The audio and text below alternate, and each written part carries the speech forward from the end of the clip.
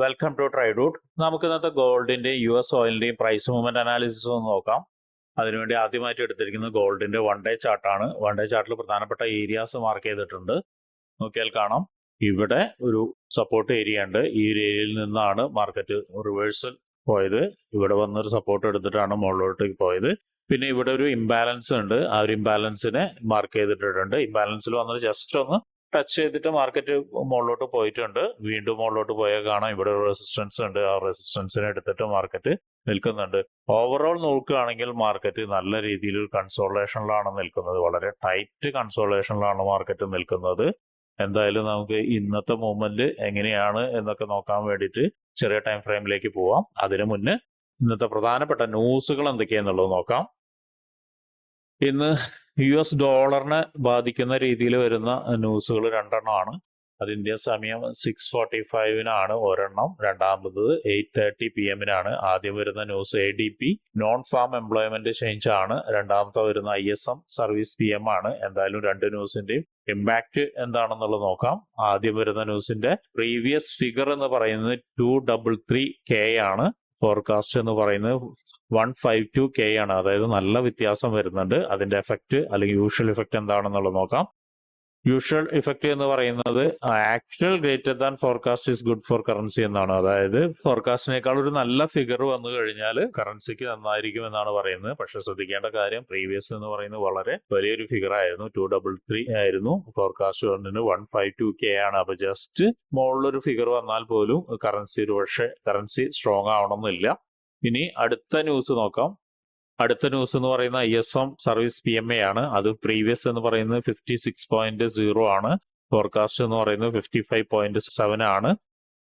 അതിന്റെ actual greater than forecast is good for currency എന്നാണ്. അതായത് കറൻസിക്ക് ഫേവറബിൾ ആവണമെങ്കിൽ ഫോർകാസ്റ്റിനേക്കാളും നല്ലൊരു ഫിഗർ വേണം എന്നാണ് പറയുന്നത്. നോക്കിയാൽ കാണാം, കഴിഞ്ഞ തവണ വന്നിരിക്കുന്നത് 56 ആണ്. അപ്പൊ ഏറെക്കുറെ അതിനോട് അനുബന്ധിച്ചോ അല്ലെങ്കിൽ അതിന്റെ മുകളിലോ വന്നാൽ മാത്രമേ കറൻസിക്ക് ഫേവറബിൾ ആവുള്ളൂ. അപ്പൊ എല്ലാവരും ഇത് ഓർമ്മയിൽ വെക്കുക. മാത്രമല്ല, ന്യൂസ് വരുന്ന സമയത്ത് മാക്സിമം ട്രേഡിൽ നിന്ന് മാറി നിൽക്കുന്നതായിരിക്കും നല്ലത്. ന്യൂസ് വന്നതിന് ശേഷം ഒരു പ്രൈസ് ആക്ഷനോ മറ്റോ തന്നതിന് ശേഷം മാത്രം ട്രേഡ് എടുക്കാൻ ശ്രമിക്കുക. ഇനി നമുക്ക് ചാർട്ടിലോട്ട് പോവാം. 4 അവറിന്റെ ചാർട്ടിലോട്ട് വരുന്ന സമയത്ത് മാർക്കറ്റിൽ ഒരു ചെറിയൊരു പാറ്റേൺ ക്രിയേറ്റ് ചെയ്തിരിക്കുന്നത് ശ്രദ്ധയിൽപ്പെട്ടിട്ടുണ്ട്. നോക്കിയാൽ കാണാം, ഇവിടെ രണ്ട് ഷോൾഡർ ക്രിയേറ്റ് ചെയ്തിട്ടുണ്ട്. ഇവിടെ ഒരു ഹെഡ് ക്രിയേറ്റ് ചെയ്തിട്ടുണ്ട്. അതായത് ഹെഡ് ആൻഡ് ഷോൾഡർ എന്നുള്ള പാറ്റേൺ ക്രിയേറ്റ് ചെയ്തിട്ടുണ്ട്. അത് ജസ്റ്റ് ഒരു ഇൻഫർമേഷൻ വേണ്ടി മാത്രമാണ് പറഞ്ഞത്. ഇനി നമുക്കൊരു ഇമ്പോർട്ടന്റ് ആയ ഏരിയാസ് മാർക്ക് ചെയ്തിടാം. ഇമ്പോർട്ടന്റ് ആയ ഏരിയാസ് എന്ന് പറയുന്നത് മാർക്കറ്റ് ഇപ്പോൾ നിൽക്കുന്ന ഒരു ഏരിയ, നേരത്തെ പറഞ്ഞ പോലെ തന്നെ ഈ ഒരു ഏരിയ വളരെ ഇമ്പോർട്ടന്റ് ആയ ഒരു ഏരിയ ആണ്. ഈ ഒരു ഏരിയയിൽ 4 അവറിന്റെ ഒരു റെസിസ്റ്റൻസ് കാണുന്നുണ്ട്. വീണ്ടും താഴോട്ടേക്ക് വരുന്ന സമയത്ത് ഈ ഒരു ഏരിയ ഒരു നല്ലൊരു സപ്പോർട്ട് ഏരിയ ആണ്. നോക്കിയാൽ കാണാം, വളരെ ക്ലോസ് റേഞ്ചിൽ നിന്നിട്ടാണ് മാർക്കറ്റ് ട്രേഡ് ചെയ്യുന്നത്. ഇത്രയാണ് 4 അവറിന്റെ ഇമ്പോർട്ടന്റ് ആയ ഏരിയാസ്. ഇനി നമുക്ക് താഴോട്ടേക്ക് വരുന്ന സമയത്തെല്ലാം ഇമ്പോർട്ടന്റ് ആയ ഏരിയാസ് ഉണ്ട്. ഓൾറെഡി നമ്മൾ മാർക്ക് ചെയ്തിട്ടാണ്. ഇതൊരു ഇമ്പോർട്ടന്റ് ആയ ഏരിയ ആണ്. ഇവിടേക്കൊക്കെ വന്നു കഴിഞ്ഞാൽ, പ്രത്യേകിച്ച് ഈ ലോ ബ്രേക്ക് ചെയ്ത് വന്നു കഴിഞ്ഞാൽ ഇവിടേക്കൊക്കെ എത്താനുള്ള സാധ്യത കൂടുതലാണ്. എന്തായാലും നമുക്ക് ഇനി 1 അവറിലേക്ക് പോവാം. 1 അവറിലേക്ക് പോകുമ്പോഴും ഒരു മൂവ്മെന്റ് നമുക്ക് പ്രെഡിക്റ്റ് ചെയ്യാൻ പറ്റാത്ത രീതിയിലാണ് മാർക്കറ്റ് ഇപ്പോഴും നിൽക്കുന്നത്. കാരണം അത്രയും ക്ലോസ് റേഞ്ചിൽ മാർക്കറ്റ് നിൽക്കുന്നു. എങ്ങോട്ട് പോവും അല്ലെങ്കിൽ മാർക്കറ്റിന്റെ അവസ്ഥ എന്താണെന്നുള്ളതാണ് അറിയാൻ പറ്റാത്തത്. എന്തായാലും മാർക്കറ്റ് താഴോട്ടേക്ക് ഇറങ്ങി നല്ല സപ്പോർട്ട് എടുത്തിട്ടുണ്ട്. ഓരോ തവണ താഴോട്ടേക്ക് വരുന്ന സമയത്ത് നല്ല രീതിയിൽ സപ്പോർട്ട് എടുത്തിട്ടാണ് മുകളിലോട്ട് പോയിരിക്കുന്നത്. ഇവിടെ വളരെ ക്ലോസ് റേഞ്ചിലാണ് നിൽക്കുന്നത്. ഒരുപക്ഷെ ഇനി ഒരു ട്രേഡിംഗ് സാധ്യത എന്ന് പറയുന്നത് ഈ ഒരു ലോയിനെ ബ്രേക്ക് ചെയ്ത് താഴോട്ടേക്ക് വന്നാൽ ഒരു സെല്ലിനുള്ള ഒരു സാധ്യത കാണുന്നുണ്ട്. അത് ബ്രേക്ക് ചെയ്ത് ക്ലോസ് ചെയ്യണം. നല്ലൊരു സ്ട്രോങ് ക്യാൻഡിൽ ക്ലോസ് ചെയ്താൽ മാത്രം സെല്ലിനുള്ള സാധ്യത ഉണ്ട്. ആ ഒരു സാധ്യത എന്ന് പറയുന്നത് ഇവിടം വരെയാണ് ആദ്യത്തെ ടാർഗറ്റ്. അതിന് ബ്രേക്ക് ചെയ്തു കഴിഞ്ഞാൽ ഇവിടെയാണ് ടാർഗറ്റ്. വീണ്ടും ബ്രേക്ക് ചെയ്താൽ താഴോട്ടേക്ക് ഇറങ്ങാനുള്ള സാധ്യത ഉണ്ട്. അപ്പോ ഈ ഒരു രീതിയിലാണ് ഇപ്പൊ സെല്ലിംഗ് ഇത് നിൽക്കുന്നത്. ഇനി ബൈയിങ് എന്ന് പറയുന്നത് ഇതിന്റെ മുകളിൽ ക്ലോസ് ചെയ്തിട്ടുണ്ടെങ്കിൽ, അതായത് ഇതിന്റെ മുകളിൽ ക്ലോസ് ചെയ്ത് ഒരു കൺസോളേഷൻ തന്ന് എങ്കിൽ പോലും നല്ല രീതിയിലൊന്ന് താഴോട്ടേക്ക് ഇറങ്ങാനുള്ള സാധ്യത വീണ്ടും കാണുന്നുണ്ട്. അങ്ങനെ ഒരു കൺഫർമേഷൻ വീണ്ടും കിട്ടുകയാണെങ്കിൽ, മാർക്കറ്റ് വീണ്ടും മുകളിലോട്ട് പോവുകയാണെങ്കിൽ നമുക്ക് കിട്ടുന്ന അടുത്തൊരു ടാർഗറ്റ് എന്ന് പറയുന്നത് ഈ ഒരു ലെവലായിരിക്കും. ഇവിടം വരെ ആയിരിക്കും നമുക്ക് കിട്ടുന്ന അടുത്തൊരു ടാർഗറ്റ് എന്ന് പറയുന്നത്. അതിന്റെ മുകളിലേക്ക് വീണ്ടും വരികയാണെങ്കിൽ അടുത്തൊരു ടാർഗറ്റ് എന്ന് പറയുന്നത് ഈ ഒരു ലെവലിൽ നമുക്കൊരു ടാർഗറ്റ് കിട്ടാവുന്നതാണ്. കാരണം ഇവിടെ നല്ലൊരു ഇംബാലൻസും കൂടിയുണ്ട്. അപ്പൊ ഇത്രയാണ് ബൈ ആൻഡ് സെല്ല് ഇപ്പോൾ 1 അവറിൽ നമ്മൾ കാണുന്നത്. ഇനി നമുക്ക് 15 മിനിറ്റ്സിലോട്ട് പോയി ഒന്നുകൂടി നോക്കാം. 15 മിനിറ്റ്സിലോട്ട് പോരുന്ന സമയത്ത് പറഞ്ഞതിൽ നിന്ന് വ്യത്യാസമൊന്നുമില്ല. മാർക്കറ്റ് ഒരു എൻട്രി ഓപ്പർച്യൂണിറ്റി കിട്ടണമെങ്കിൽ ഈ ഒരു ലൈനിന്റെ താഴെയാണ് ഒരു എൻട്രി ഓപ്പർച്യൂണിറ്റി എന്ന് പറയുന്നത്. ഉദാഹരണം ഇതിന്റെ താഴെ വന്നു കഴിഞ്ഞ് നല്ല രീതിയിലൊന്ന് ഒരു വലിയൊരു ബ്രേക്ക് ഔട്ട് തന്ന് ഒരു ചെറിയൊരു കൺസോളേഷനോ അല്ലെങ്കിൽ ഒന്ന് വലിയൊരു ക്യാൻഡിൽ തരികയാണെങ്കിൽ, നല്ലൊരു ക്യാൻഡിൽ ക്ലോസ് ചെയ്തിട്ടുണ്ടെങ്കിൽ മാത്രം നമുക്ക് എന്ത് ചെയ്യാൻ ഇവിടുന്ന് ഒരു സെല്ലിംഗ് എടുക്കാവുന്നതാണ്. സെല്ല് എടുക്കുമ്പോൾ നേരത്തെ പറഞ്ഞ ടാർഗറ്റ് തന്നെയാണ്, പ്രത്യേകിച്ച് മാറ്റങ്ങളൊന്നുമില്ല. ഇനി മുകളിലോട്ട് പോവുകയാണെങ്കിലും അതുപോലെ തന്നെയാണ്, പ്രത്യേകിച്ച് മാറ്റങ്ങളൊന്നുമില്ല. പക്ഷെ മുകളിലോട്ട് പോകുമ്പോൾ ശ്രദ്ധിക്കേണ്ട ഒരു കാര്യം, ഇതൊരു സ്ട്രോങ് ഒരു റെസിസ്റ്റൻസ് ആണ്. അതുകൊണ്ടാണ് ഞാൻ ഇവിടെ നിന്ന് പറഞ്ഞത് ചിലപ്പോൾ ഒന്നുകൂടി താഴോട്ടേക്ക് ഇറങ്ങാനുള്ള സാധ്യത ഉണ്ട് എന്നുള്ളത്. എനിവേ, ഇത്രയാണ് ഇന്നത്തെ ഗോൾഡിന്റെ ഉള്ള അനാലിസിസ്. ഇനി നമുക്ക് US ഓയിലിലേക്ക് പോവാം. US ഓയിലിലേക്ക് വരുന്ന സമയത്ത് മാർക്കറ്റ് ഒരു ബുള്ളിഷ് മൂവ്മെന്റിനുള്ള സാധ്യത കാണിച്ചു തരുന്നുണ്ട്. നോക്കിയാൽ കാണാം, പ്രൈസ് പതുക്കെ ഷിഫ്റ്റ് ചെയ്തിട്ടുണ്ട്, മുകളിലേക്ക് ഇങ്ങനെ ഷിഫ്റ്റ് ചെയ്ത് വരുന്നുണ്ട്. ഇവിടെ നിന്ന് നല്ലൊരു രീതിയിൽ ഒരു ബുള്ളിഷ് ക്യാൻഡിൽ തന്ന് മുകളിലേക്ക് പോയി അവിടെ റെസിസ്റ്റൻസ് എടുത്ത് താഴോട്ടേക്ക് വന്നു. താഴോട്ടേക്ക് എടുത്തിട്ട് ഒരു സപ്പോർട്ട് എടുത്തിട്ട് നല്ല ബുള്ളിഷ് ക്യാൻഡിൽ ഇന്നലെ ക്രിയേറ്റ് ചെയ്തിട്ടുണ്ട്. അതായത് ബയേഴ്സ് മാർക്കറ്റിൽ ആക്റ്റീവ് ആയി തുടങ്ങി എന്നാണ് മനസ്സിലാവുന്നത്. അപ്പൊ ആ ഒരു ബേസിൽ നമ്മളിപ്പോ സപ്പോർട്ട് റെസിസ്റ്റൻസുകൾ എല്ലാം വരച്ചിട്ടിട്ടുണ്ട്. നോക്കിയാൽ കാണാം, താഴെ ഒരു സപ്പോർട്ട് സോൺ വരച്ചിട്ടുണ്ട്. ബാക്കിയെല്ലാം സപ്പോർട്ട് പോയിന്റുകളും അതുപോലെ റെസിസ്റ്റൻസ് പോയിന്റുകളാണ് വരച്ചിരിക്കുന്നത്. ഇനി നമുക്ക് 4 അവറിലേക്ക് പോവാം. ഈ വരച്ചതെല്ലാം 1 ഡേ ചാർട്ടിലായിരുന്നു. ഇനി 4 അവറിൽ പോയിട്ട് കൂടുതൽ ഏരിയാസ് നമുക്ക് നോട്ട് ചെയ്ത് വെക്കാം. 4 അവറിലേക്ക് പോകുന്ന സമയത്ത് ഇവിടെ ഒരു ബ്രേക്ക് തന്നൊരു ഏരിയയാണ്. നോക്കിയാൽ കാണാം, ഒരു സ്ട്രക്ചറൽ ചേഞ്ച് തന്നൊരു ഏരിയയാണ്. ആ ഒരു ഏരിയയാണ് നമ്മൾ നേരത്തെ സപ്പോർട്ടായിട്ട് വരച്ചിരിക്കുന്നത്.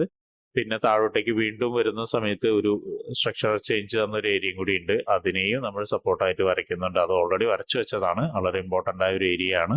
ഇനി മുകളിലോട്ട് പോകുന്ന സമയത്ത് നമുക്ക് മനസ്സിലാകുന്നത് ഇതൊരു ബ്രേക്ക് ചെയ്യാൻ സാധ്യതയുള്ള ഒരു ഏരിയയും കൂടിയാണ്. ഈ കാണുന്ന 70.133 എന്ന് പറഞ്ഞ ഒരു പോയിന്റ്, ആ ഒരു പോയിന്റിന് റെസിസ്റ്റൻസ് ആയിട്ട് മാർക്ക് ചെയ്തിട്ടിട്ടുണ്ട്. അത് ബ്രേക്ക് ചെയ്യണം. അത് കഴിഞ്ഞാൽ പിന്നെ വീണ്ടും മാർക്കറ്റ് മുകളിലോട്ട് പോവുകയാണെങ്കിൽ മറ്റൊരു ഏരിയ എന്ന് പറയുന്നത് ഇവിടെയാണ്. ഇവിടെ ഒരു റെസിസ്റ്റൻസ് ഏരിയ ഉണ്ട്. നോക്കിയാൽ കാണാം, ഇവിടുത്തെ പ്രത്യേകത എന്താണെന്ന് വെച്ചിട്ടുണ്ടെങ്കിൽ മാർക്കറ്റ് ഇവിടെ നിന്നൊരു സപ്ലൈ ക്രിയേറ്റ് ചെയ്തിട്ടുണ്ട്. ആ ഒരു ഏരിയയിലേക്ക് മാർക്കറ്റ് എത്തും എന്ന് തന്നെയാണ് എക്സ്പെക്ട് ചെയ്യുന്നത്. അപ്പൊ അതിന് ഒരു റെസിസ്റ്റൻസ് ആയിട്ട് മാർക്ക് ചെയ്തിടുന്നുണ്ട്. ഇപ്പൊ ഇത്രയാണ് പ്രധാനപ്പെട്ട ഏരിയാസ് മാർക്ക് ചെയ്തിടുന്നത്.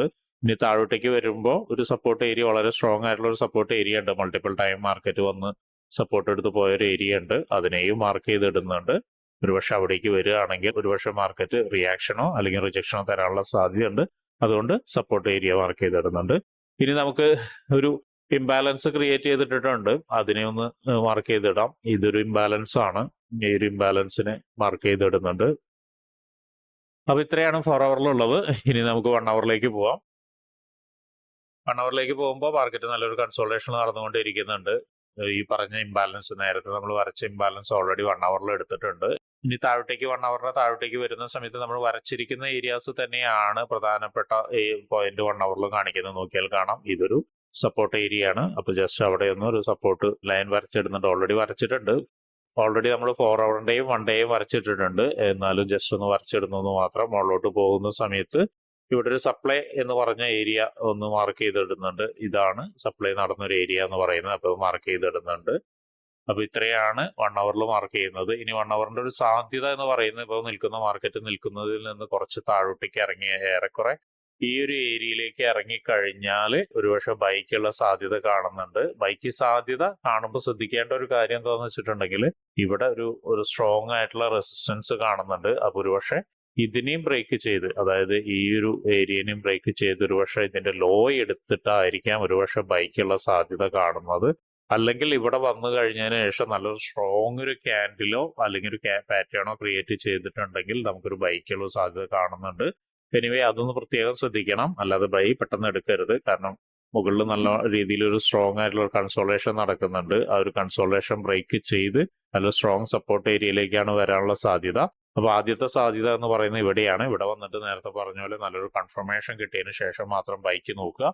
അല്ലെങ്കിൽ അത് ബ്രേക്ക് ചെയ്ത് ഈ ലോയിനെ എടുത്തതിന് ശേഷം ചിലപ്പോൾ പോകാനുള്ള സാധ്യത ഉണ്ട്. അപ്പൊ ഇങ്ങനെയാണ് 1 അവറിന്റെ ബൈ സാധ്യത. ഇനി സെല്ല് എന്ന് പറയുന്നത് ഇപ്പോൾ എടുക്കുകയാണെങ്കിൽ ഈ താഴോട്ടേക്ക് വരുന്നതെല്ലാം സെൽ ഓപ്പർച്യൂണിറ്റി ഉണ്ട്. പക്ഷെ എന്നാൽ പോലും സെല്ല് എടുക്കുന്നത് ഒരു വലിയ പ്രശ്നം തന്നെയാണ്. കാരണം എന്ന് വെച്ചാൽ മാർക്കറ്റ് ഈ പറയുന്ന ഏത് ഏരിയയിൽ നിന്നും റിവേഴ്സൽ പോവാം. അപ്പോൾ 1 അവറിന്റെ സെല്ല് തൽക്കാലം നിൽക്കുന്ന പൊസിഷനിൽ നിന്ന് പറയുന്നില്ല. അപ്പൊ ഇനി മുകളിലോട്ട് പോവാണ്, ഉദാഹരണത്തിന് ഇവിടെ റെസിസ്റ്റൻസ് ഏരിയയിൽ നിന്ന് പോയിട്ട് ഒരു കൺഫർമേഷൻ കിട്ടുകയാണെങ്കിൽ ഒരു ക്വിക്ക് സ്കാൽപ്പിങ്ങിന് വേണ്ടിയിട്ട് സെല്ല് എടുക്കാം. അങ്ങനെയാണെങ്കിൽ ഈ ഒരു ഏരിയ വരെയൊക്കെ വരാം. പക്ഷെ എങ്ങനെയാണ് ഇവിടുന്ന് ബ്രേക്ക് ഔട്ട് ചെയ്യുന്നത് എന്നുള്ളത് നോക്കിയതിന് ശേഷം മാത്രമേ നമുക്ക് സെല്ലിന്റെ ടാർഗറ്റ് വെക്കാൻ പറ്റുള്ളൂ. മാത്രമല്ല സെല്ല് ട്രേഡ് എടുക്കാനും പറ്റുള്ളൂ. അതുമാത്രമല്ല ഇവിടുന്ന് കിട്ടുന്ന കൺഫർമേഷനും എങ്ങനെയാണെന്നെല്ലാം നോക്കണം. അപ്പൊ അതുകൊണ്ട് തന്നെ ഇപ്പൊ ഒരു ബുള്ളിഷ് മാർക്കറ്റ് ആയതുകൊണ്ട് നല്ലൊരു കൺഫർമേഷൻ കിട്ടാതെ സെല്ലിലേക്ക് പോവാതിരിക്കുക. അപ്പൊ ഇത്രയാണ് 1 അവറിന്റെ ഉള്ളത്. ഇനി നമുക്ക് 50 മിനിറ്റ്സിലോട്ടൊന്ന് പോയി നോക്കാം. 50 മിനിറ്റ്സിൽ വളരെ ടൈറ്റ് കൺസോളേഷൻ ആണ് നടക്കുന്നത്. നോക്കിയാൽ കാണാം മാർക്കറ്റ് വളരെ ടൈറ്റ് ആയിട്ടുള്ള ഒരു കൺസോളേഷൻ ആണ് നടക്കുന്നത്. രണ്ട് സൈഡിൽ നിന്നും ഭയങ്കരമായിട്ട് ഉള്ള രീതിയിൽ പ്രൈസ് മൂവ്മെന്റ് ചെയ്യാത്ത രീതിയിലാണ് നിൽക്കുന്നത്. ഒരുപക്ഷെ ഒരു ബ്രേക്ക് ഔട്ടിനുള്ള സാധ്യത 50 മിനിറ്റ്സ് കാണുന്നുണ്ട്. അങ്ങനെയാണെങ്കിൽ നല്ലൊരു ക്യാൻഡിൽ ഇതിന്റെ മുകളിലോട്ട് വരികയാണെങ്കിൽ, നല്ല സ്ട്രോങ് ക്യാൻഡിൽ വരികയാണ് എങ്കിൽ ഇതിന്റെ മുകളിൽ ക്യാൻഡിൽ വന്ന് ക്ലോസ് ചെയ്യുകയാണ്, അല്ല ഒരു നല്ല 1-2 ക്യാൻഡിൽ ഇതിന്റെ മുകളിൽ ക്ലോസ് ചെയ്യുകയാണെങ്കിൽ ചെറിയൊരു റീടെസ്റ്റ് വരാനുള്ള സാധ്യത ഉണ്ട്. അങ്ങനെ ആ റീടെസ്റ്റിലേക്ക് നമുക്ക് ട്രേഡ് എടുക്കാവുന്നതാണ്. താഴോട്ടേക്ക് വരുന്ന സമയത്ത് ഒരുപക്ഷെ എടുക്കാതിരിക്കുകയായിരിക്കും നല്ലത്. താഴോട്ടേക്ക് വരികയാണെങ്കിൽ ഒരു വലിയൊരു ക്യാൻഡിൽ തന്നു കഴിഞ്ഞതിന് ശേഷം ഒരുപക്ഷെ വീണ്ടും ഇതിന്റെ മുകളിലേക്ക് തന്നെ വീണ്ടും തിരിച്ചു കയറി പോകാനുള്ള സാധ്യത ഉണ്ട് വലിയൊരു ക്യാൻഡിൽ തന്നിട്ട്. അങ്ങനെയാണെങ്കിലും ബൈ എൻട്രി എടുക്കാം. ബൈ എൻട്രി എന്ന് പറയുന്നത് ഒരു വലിയ ക്യാൻഡിൽ താഴോട്ടേക്ക് വന്നു, വീണ്ടും അതിനൊരു എൻഗൾഫ് ചെയ്ത് നല്ല സ്ട്രോങ് ആയിട്ടുള്ള ഒരു ക്യാൻഡിൽ വന്നിട്ടുണ്ടെങ്കിൽ നെക്സ്റ്റ് ക്യാൻഡിൽ ഈ ഒരു ഏരിയനെ ബ്രേക്ക് ചെയ്ത്, അതായത് ഈ ലൈനെ ബ്രേക്ക് ചെയ്ത് വരുന്ന നെക്സ്റ്റ് ക്യാൻഡിൽ ക്ലോസ് ചെയ്യുകയാണെങ്കിൽ ഒരു എൻട്രി ഉണ്ട്, ഒരു ബൈ എൻട്രി ഉണ്ട്. അതിന്റെ ടാർഗറ്റ് എന്ന് പറയുന്നത് നേരത്തെ പറഞ്ഞത് ഈ ലൈൻ ആയിരുന്നു. അപ്പൊ അതിനു മുന്നേ ഒരു ടാർഗറ്റും കൂടി ഉണ്ട്, അത് ഇതിന്റെ ഹൈ ആണ്. ഇപ്പൊ ഈ ഹൈയിലേക്ക് വെക്കാം. ഇത്രയാണ് ബൈ എൻട്രി പറയുന്നത്. ഇനി സെൽ എൻട്രി തൽക്കാലം പറയുന്നില്ല. സെൽ എൻട്രി തൽക്കാലം പറയാത്തത് എന്തുകൊണ്ടാന്ന് വെച്ചിട്ടുണ്ടെങ്കിൽ ഇവിടുന്ന് വലിയൊരു വീഴ്ച വന്നു, നല്ലൊരു ക്യാൻഡിൽ ക്ലോസ് ചെയ്ത് പിന്നെ വീണ്ടും ഒരു കൺഫർമേഷൻ കിട്ടിയാൽ മാത്രമേ നമുക്ക് സെൽ എൻട്രി ഉള്ളൂ. ഇപ്പൊ മാർക്കറ്റ് ബുള്ളിഷ് ആയതുകൊണ്ടാണ് പറയാത്തത്. അപ്പോ ട്രേഡ് എടുക്കുന്ന ആളുകളെല്ലാം പറഞ്ഞ കാര്യങ്ങളെല്ലാം ശ്രദ്ധിക്കുക. മാത്രമല്ല ട്രേഡ് എടുക്കുന്ന സമയത്ത് നിങ്ങളുടെ കയ്യിലിരിക്കുന്ന ക്യാപിറ്റൽ പ്രൊട്ടക്ട് ചെയ്ത് ട്രേഡ് എടുക്കുക. വലിയ വലിയ ക്വാണ്ടിറ്റിയിലേക്ക് പോവാതിരിക്കുക. ഇങ്ങനെയുള്ള കാര്യങ്ങളെല്ലാം ഫ്രീ ആയിട്ട് പഠിക്കാൻ, അതായത് ഫോറക്സ് ട്രേഡിങ്ങിനെ കുറിച്ച് ഫ്രീ ആയിട്ട് പഠിക്കാൻ താല്പര്യമുള്ള ആരെങ്കിലും ഉണ്ടെങ്കിൽ നിങ്ങൾക്ക് ട്രേഡ് റൂട്ടുമായിട്ട് ബന്ധപ്പെടാൻ വേണ്ടിയിട്ട് വീഡിയോയുടെ ഡിസ്ക്രിപ്ഷനിലുള്ള ഗൂഗിൾ ഫോം ഫില്ല് ചെയ്യുക. എല്ലാവർക്കും ഒരിക്കൽ കൂടി ഇന്നൊരു പ്രോഫിറ്റബിൾ ഡേ ആവട്ടെ എന്ന് ആശംസിക്കുന്നു.